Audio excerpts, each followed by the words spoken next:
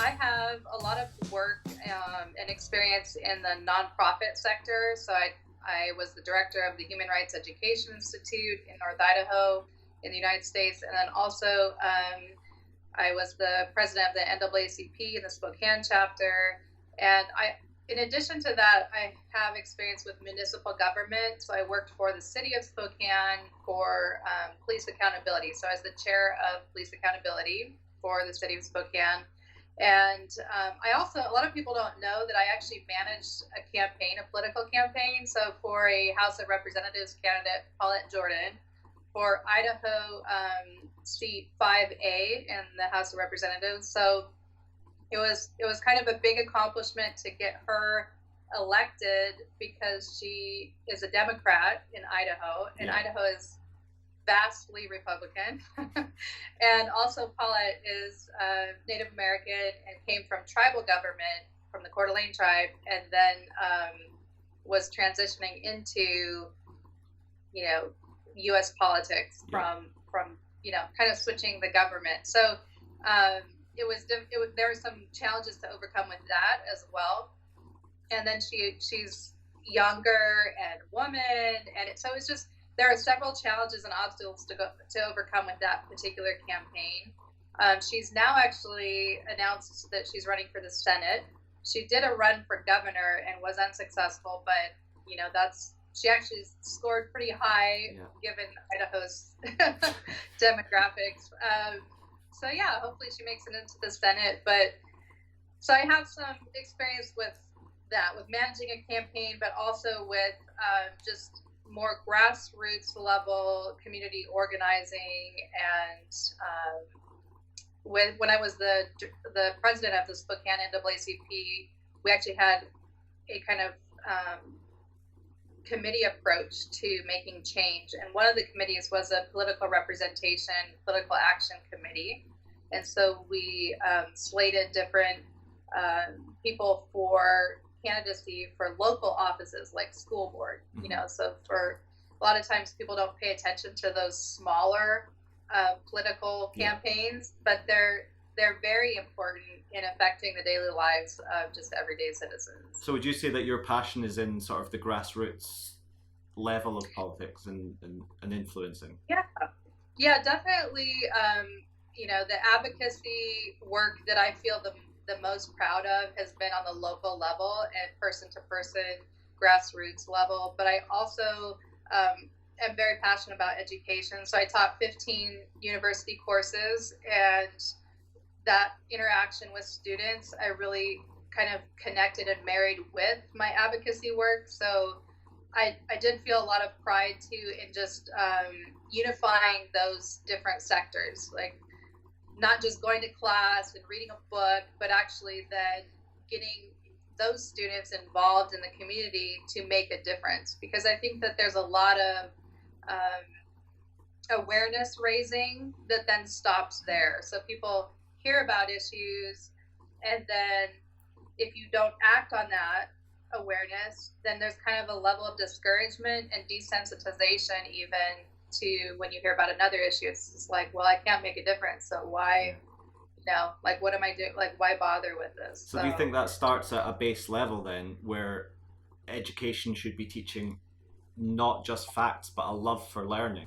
Yeah, no, I agree with you. Definitely a love for learning, but putting that learning into action, like not just learning for learning's sake, but learning in order to then do something, like, put together an action plan. What are you going to do with, say, for example, in one of my classes, it was an African American history class, but at one point in the curriculum, we were learning about Brown versus Board of Education and, the desegregation of schools, but then linking that to an awareness of what's going on today in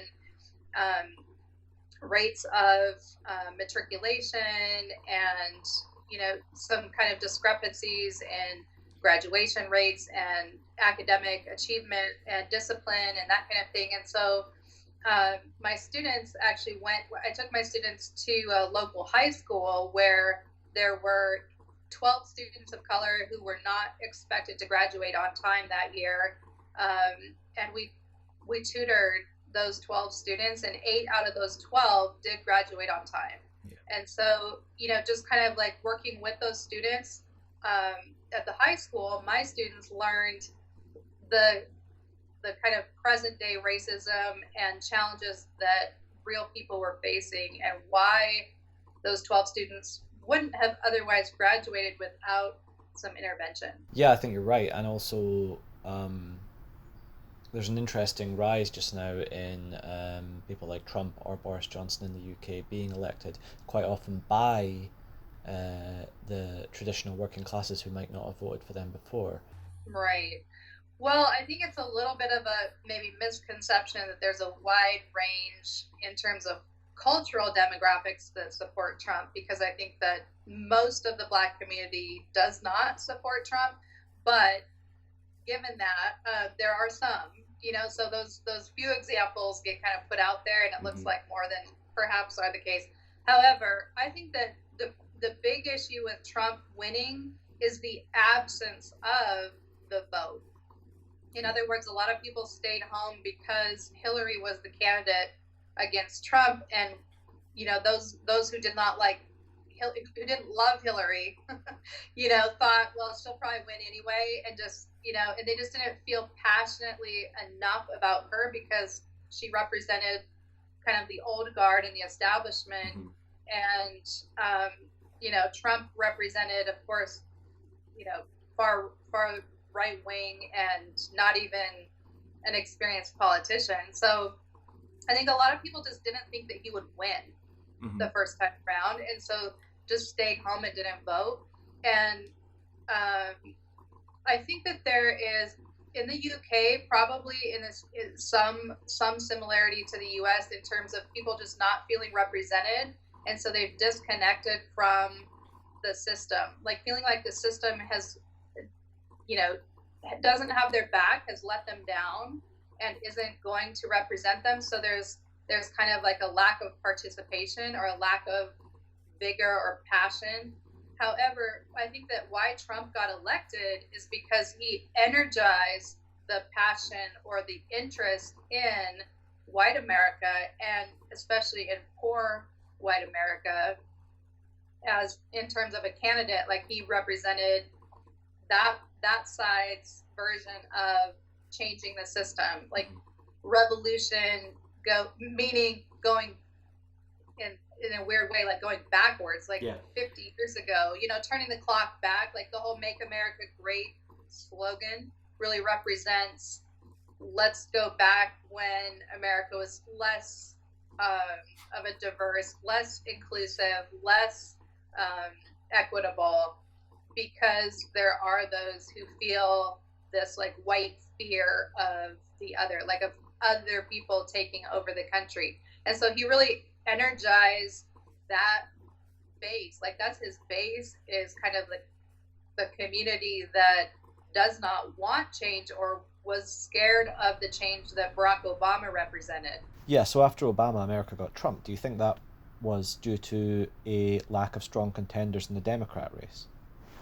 There wasn't anybody on the ticket, like Hillary wasn't somebody who represented for enough Democrats, I feel like, the counter to Trump or progress, building on Obama's legacy. So then, I just, we'll see what happens this coming election, but I really feel that Trump does not have white support. In fact, there's like a really strong, palpable rift that runs through America right now.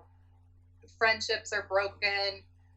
Relationships, marriages, whatever, are divided on that line of whether or not you support Donald Trump. It's very similar here with the whole Brexit issue, I suppose. Families were quite literally divided, split over this, and here we obviously had Johnson, and on the opposite side, Jeremy Corbyn. And I think that, very similar to what you're saying about Trump, people didn't feel they could vote for Corbyn. And I think too, just because both are westernized societies, there are some similarities with regards to the divisiveness of the race issue too. And in the US, of course, we have a different history here than in the UK. I would argue that the US is more extreme and the history is more extreme, even not just by scale, but also the situation of chattel slavery and matriarchal heritage by law in the South. That was something that, really just to this day sends shockwaves through American society. And when in 1865, slavery was ended, and effectively 1865 is when the last of the enslaved individuals of African descent were freed. It was around, close to 4 million, and I think in the UK it was something like 800,000 in 1833 when slavery was ended there. But slavery in the UK was not chattel slavery. I mean, it was different. You know what I mean? Like the system was different, and then the numbers are vastly different. So I think that slavery was ended earlier in the UK. It was a smaller scale. All of these things do play a role in how our societies are kind of shaking out today as well. My oldest son actually studies at the University of Manchester right now. He's doing his master's in international relations, and so he's over there. And I know that, as a mother of Black sons, I really feel like he's just as safe or safer in the UK versus being in the US. Yeah. Especially because he and my middle son are both in that almost like the danger zone range of ages, because they're 18 and 25. Yeah, so exactly. And so, as Black males in America, that's kind of like the height of concern as a mother. But Isaiah has a lot of, he says that like his American accent definitely helps how people treat him abroad. Yeah. So it's almost like that counters for some of the racism, which is interesting to me. Yeah, absolutely. I mean, racism isn't just the color of your skin or your accent or anything like that, but also it's how the media portrays you, right? I definitely lost a lot of faith in journalism in 2015 when I went through the media dragging and shaming and just, exploiting my identity as something that would leverage, money basically for the media. I mean, the media made a lot of money off of shaming me and dragging me and just hyping up the issue of race and the polarization between Black and white. And so anyway, there was just a lot of disappointment and damage done by the media, and in a social media era as well. I think that there's a lot of reactionism and shaming, and just the cancel culture idea is, I can attest that it actually is very impactful. I mean, it works. Like, people literally can be canceled. To this day, I still cannot get a job anywhere. It's been 5 years, and there's still that stigma just based on the media. So I would say that the one thing that I agree with Donald Trump on is that there is fake news. Yeah.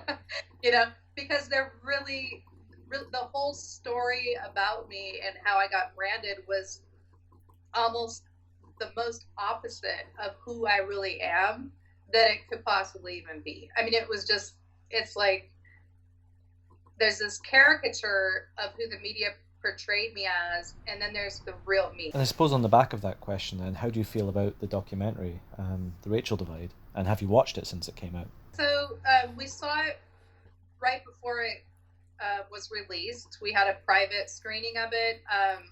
My kids and my sister and I, we had no content control. We weren't paid for our participation. They filmed for 2 years, which I actually didn't know when we signed on to it. I thought it was maybe like a couple months. They filmed for 2 years in our house and everything. And so we were kind of exhausted by the process. And when it came out, we were disappointed by the things that were edited out, and then how certain other things were presented, because some of it was shuffled, as films do. I changed my name in 2016, and the film came out in 2018, but it kind of like used my name change as the ending of the film. Yeah. So that was kind of, you know, shuffled within the you know, context or chronology of actual events. And then my kids too just didn't, you know, they actually, Franklin was the most upset because he felt like the one interview that he did that he was actually frustrated with the film. He was tired of having cameras in his face, and he kind of projected that a little bit towards me when he was doing that last interview. But after a couple hours, he was kind of like, okay, I'm over it. Like, just please delete what I said because I didn't really mean it. And the film director said, like, yeah, well, we'll cut that out. Don't worry about it. And then they actually used that as the trailer for the film. And, you know, so he was very upset, and he wanted to, you know, correct that narrative. But as a kid, I mean, he was 13 at the time. Now he's 18. So, you know, he has a different perspective, and he just, yeah. So we just never watched it again. We watched it one time. We just never watched it again. Yeah. Yeah. How do you feel now with regards to sort of self-identification and things like that? Well, kind of like before 2015, I just don't go around like, you know, with a microphone asserting my identity. You know, I just live my life like any normal person. And I feel like identity is a private thing. I mean, it's a very personal matter. And if you're put on the spot and asked, you know, how do you identify? I mean, nothing has changed about who I am and how I feel and how I would express that. But I also am just, you know, not interested in poking the controversy. I don't want that to be the main focus. It never was my main focus. My main focus has always been advocacy work, education, you know, in doing that work because I'm so passionate about it, because yes, that's who I am, but also because I care about the future of my children and, you know, about making a better society. So that's where I would like to turn the focus to that. And it just seems like it's been impossible for me to turn that focus by myself. I think it would require an outside agency, or, you know, some voices that are respected and likable, or considered likable, to, you know, really kind of shift that. So I just kind of have to be patient. And, you know, right now, like I said, I'm unemployed, which I think is a shame because I have an excellent resume. I've got, you know, a decade of experience in college teaching. I have nonprofit leadership experience. I have like 20 years of work in civil rights advocacy. So I feel like that's being wasted right now just because the media is petty and people want to just keep, you know, keep that going for their own entertainment, and they want to protect, they kind of want to defend their reactions and their responses against me. Yeah. So as long as I remain shut out of society, then they look justified in shaming me. But if somehow I was to rise and, you know, to a position or level of a title that had credibility again, then they would have to rethink their perception. So it's kind of interesting how people could just erase my entire resume and my entire lifetime of work over me having white parents. But do you think things are changing in the way that we look at how people self-identify? And I don't just mean for ethnicity, but for things like gender as well. So I think that with gender, there has been some improvement. Definitely. I don't think that with regards to cultural affiliation, I think that because my case was so punished, you know, I'm still punished socially from how I live my life and identify, that there a lot of people have reached out to me kind of privately and said, like, wow, you know, I am going to suppress this part of myself because I don't want to be punished like you. And so anybody who's crossed a cultural line, or what, like, people are feeling very fearful and hesitant to express, you know, that if say they affiliate with a culture other than what they're born to, um, they're feeling like a lot of anxiety socially about that. Even people who are, bi or tri or quad, racial or cultural, I think are having a lot of anxiety about, being pressured to just claim one group. And so there's a lot of anxiety around that. Like, I feel like the anxiety is heightened and we've gone backward when it comes to racial identity. But I think that when it comes to gender identity, we're moving forward slowly. However, with the coronavirus right now, like you mentioned, there's a lot of xenophobia, and I think there's a similarity in the UK and the US about immigration, phobia and racism, kind of the intersectionality of and Islamophobia, so religion and racism and national origin kind of getting like wrapped up in this this fear and this anxiety about whether it's disease or people taking jobs or intermarriage or whatever it is, So I think that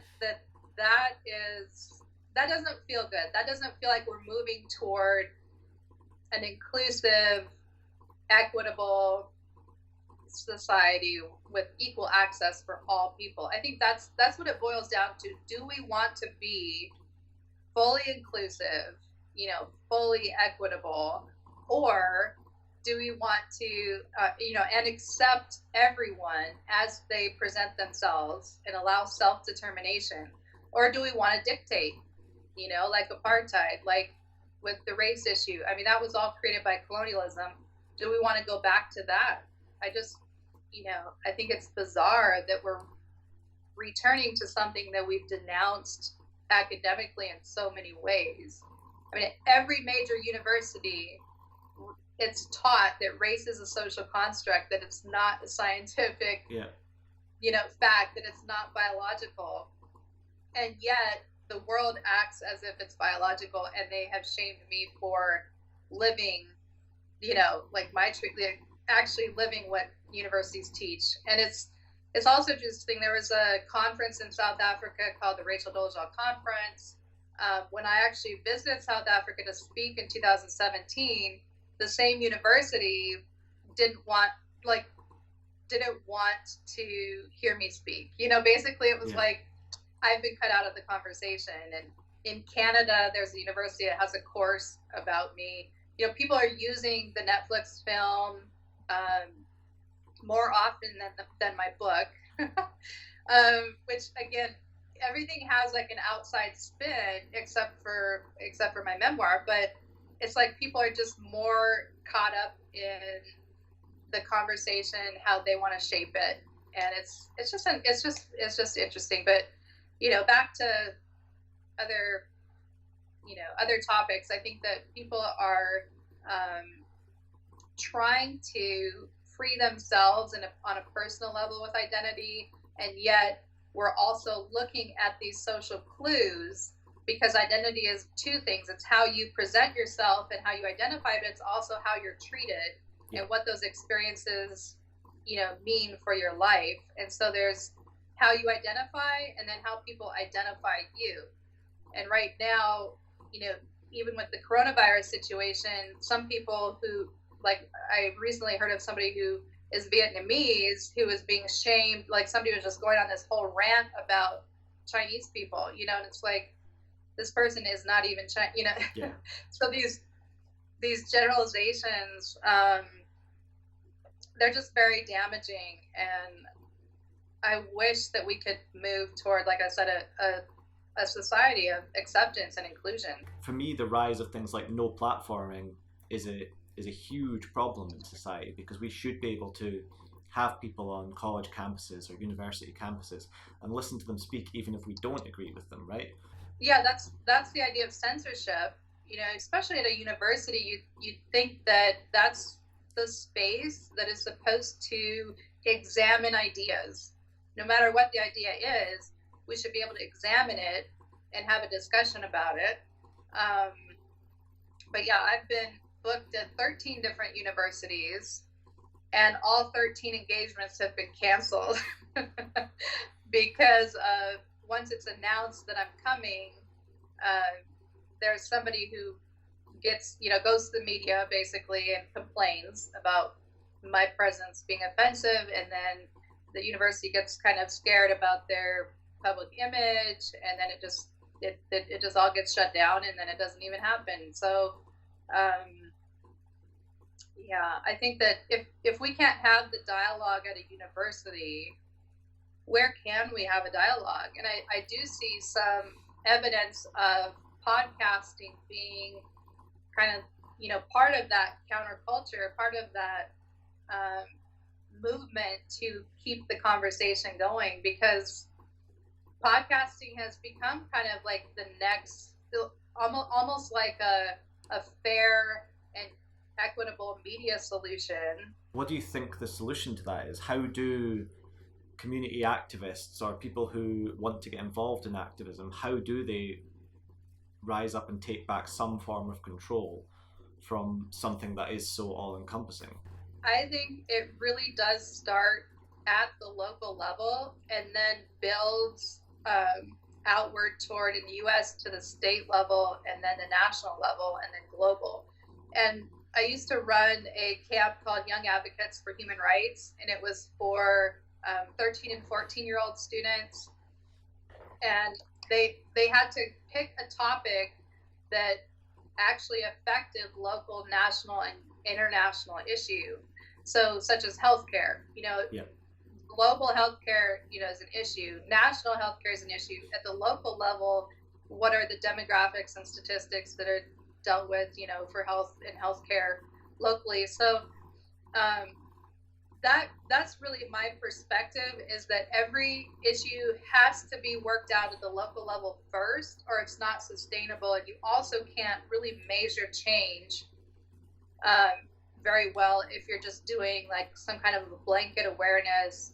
For example, over here we saw the Australian wildfires, or things that happen internationally.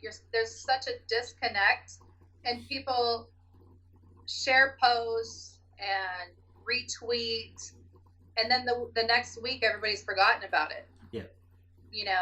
And I feel like that's definitely part of the situation that's dangerous right now, is that people feel as if they've done something by simply retweeting when in fact they've accomplished nothing.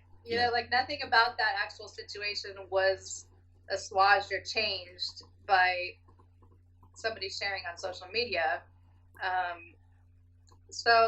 I think that the solution really is to like education, but then quickly, once that education is given, providing forms of action, like an action plan.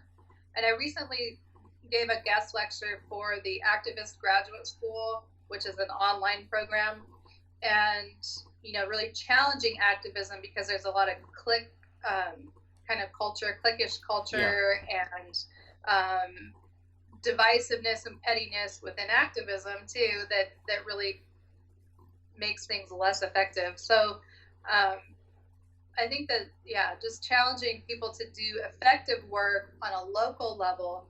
It's less flashy, nobody's going to see it probably, but you can measure the results, and that can then be duplicated to a state and national level. And do you think that necessarily involves becoming, strictly speaking, involved in politics? Because a lot of the people I know who are interested in activism don't get involved because of the fear of its links with politics. And obviously these people would call themselves non-politically engaged, but in some ways, they are politically engaged because they're active in the community, they're helping at a local level. So what would you say to those people who don't want to become politically engaged but do want to become active in some way, shape, or form? I do feel like the two are married, really, and there's this false sense of separation of politics from activism. And why I say this, because you can only get so far with activism and advocacy work if you don't have legislation and something at work in either local state or national government to support your advocacy work, you can only get so far. In politics, you can only get so far with national legislation and issues. You sometimes that doesn't reach the individual on the local level. So I think that the two need to really work together, and it's really hard because a lot of activists have a stigma about politics. Yeah. It's fake, it's the establishment. But I think that our activism has to engage with legislation. I mean, you look at all the civil rights activism in the US, it was tied to things like the Civil Rights Act of 1965. It was tied to voter rights, legislation that actually changed the law for schools, desegregation, affirmative action for women, for people of color, so I feel like it's without that, how do you advocate? Where's the baseline for saying, this is where we're at, this is the law, and we can now enforce it? Because some things will never change without the laws changing. I mean, that's the whole thing with going back to the Emancipation Proclamation in the U.S. or the 1833 ending of slavery in the U.K. That was actually a law. Yeah. Like the government enacted that, but that only came about because of all the abolitionists who were during that time activists, moving that forward. So an effective movement always makes an impact at the political level, I believe. I guess it looks like maybe there's one or two left in the Democratic leadership race now, so do either of them inspire you? Yeah. Unfortunately, the pool got narrowed pretty quickly. My favorite candidates are no longer running. However, out of the two, because that's all we have to speak about now, Biden and Sanders, I think that the Democratic Party and voters are really having that push and pull between the activists and the establishment kind of communities, between the people who really want change, who are typically more Bernie Sanders, leaning, and the people who want somebody to be Trump, who they see as safe, is like more established. And I really feel kind of, I feel like it's not good that there's no unity. It's very frustrating because for somebody like Joe Biden is not, in my view, an extension of Barack Obama. He's kind of more like the countermeasure to Barack Obama. He's more moderate, he's more right-leaning Democrat, and centrist at best. Yeah. And so I feel like if we have a centrist in the Democratic Party and then we have a far right candidate in the Republican Party, that doesn't balance. That's not equal. Yeah. We're actually just moving right. But I think a lot of people feel like we have to have a centrist candidate as a safe measure in order to beat Trump, because no Republicans are going to vote for Bernie Sanders because he's too far left. He represents change. He did march in the civil rights, marches back in the 60s. I mean, he's had like this long track record of pushing the envelope and being more activist oriented. And so I think that the media has created and is creating this false narrative, this false dichotomy. Like, you have to choose somebody who will beat Trump, aka Joe Biden, or you have to choose Bernie Sanders if you really want change. And I feel like people then are just like, oh, well, we have to just beat Trump. And I think that's where the shift toward Joe Biden has come in the last, since Super Tuesday, out of the blue. I mean, he was almost written off as a candidate. Yeah. And then all of a sudden now he is the rising star. And I think that has come from the fear of Bernie Sanders not being electable, which has mostly been a narrative that the media has created, in my opinion. And is this not, I mean, Clinton Sanders, Biden Sanders, is it not the Democratic Party not learning its lessons from a similar situation in the past? Right. Well, that's the thing, is that I voted for Bernie Sanders. We already voted here in Washington State. So, and and I do believe that, actually in the primary versus, in 2016, I voted for Sanders as well. Of course, when Hillary won, then I voted for Hillary versus Trump. Yeah. But there's the sense of the Democratic Party already admitted that it rigged things in order to get Hillary the nomination, because they felt like she was the safer candidate. And since that did not work, I feel like, why not this is our chance to redo it, so you only get one redo. Maybe we should go with Bernie and see if he can energize, because I think more people will be energized to show up and vote for Bernie. Yeah. And that's the strategy move, is to get people to the polls, because the far right is energized to show up and vote for Trump. So we might as well have a more radical candidate who's going to bring out the vote, because if we don't get out the vote, if we just have a lukewarm candidate, I don't think that that's going to win. I don't think people are going to show up and vote, but we'll see. I mean, maybe people learned their lesson last time about staying home. And why do you think, because for me it always seems like it's much easier, or seems much easier for the right to engage people to come out and vote politically, whereas the left seem to have more of a base in activism, but not necessarily in being able to engage people to vote for a leftist candidate politically. I think that is probably part.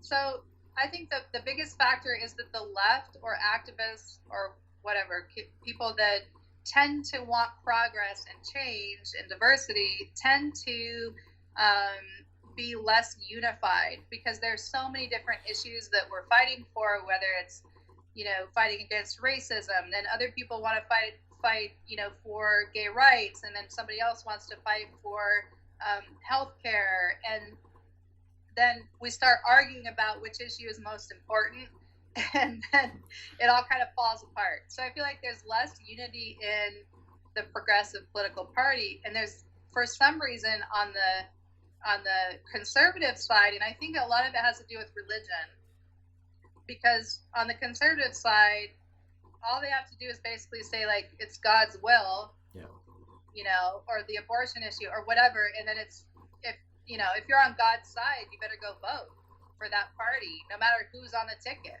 Yeah. And I don't feel like we rally to the same degree or as effectively on the more progressive political party side, because we're arguing about the importance of all these different issues, and who has the right to lead, who's the right leader, and who's the right personality.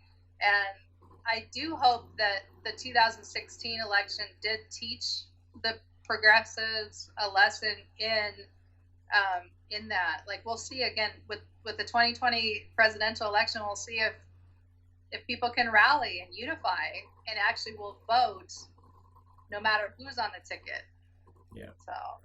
And so therefore, I suppose, wrapping up, if you're looking at the world in 10 years, 20 years, where, and we can think about this completely idealized, where would you like to see it in 10 years?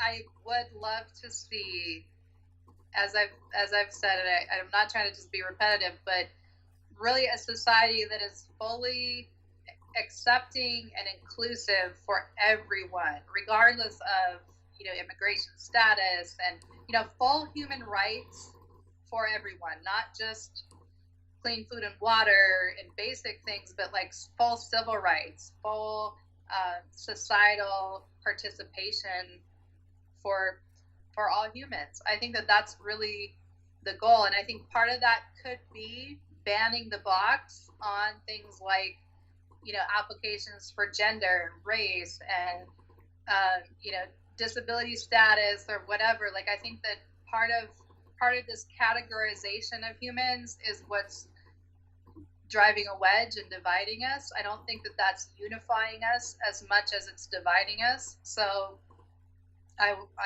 that's also a dream of mine, is that every person can introduce themselves to the world and be respected for that. Like, I know who I am, and I don't afford anyone the right to tell me who I am.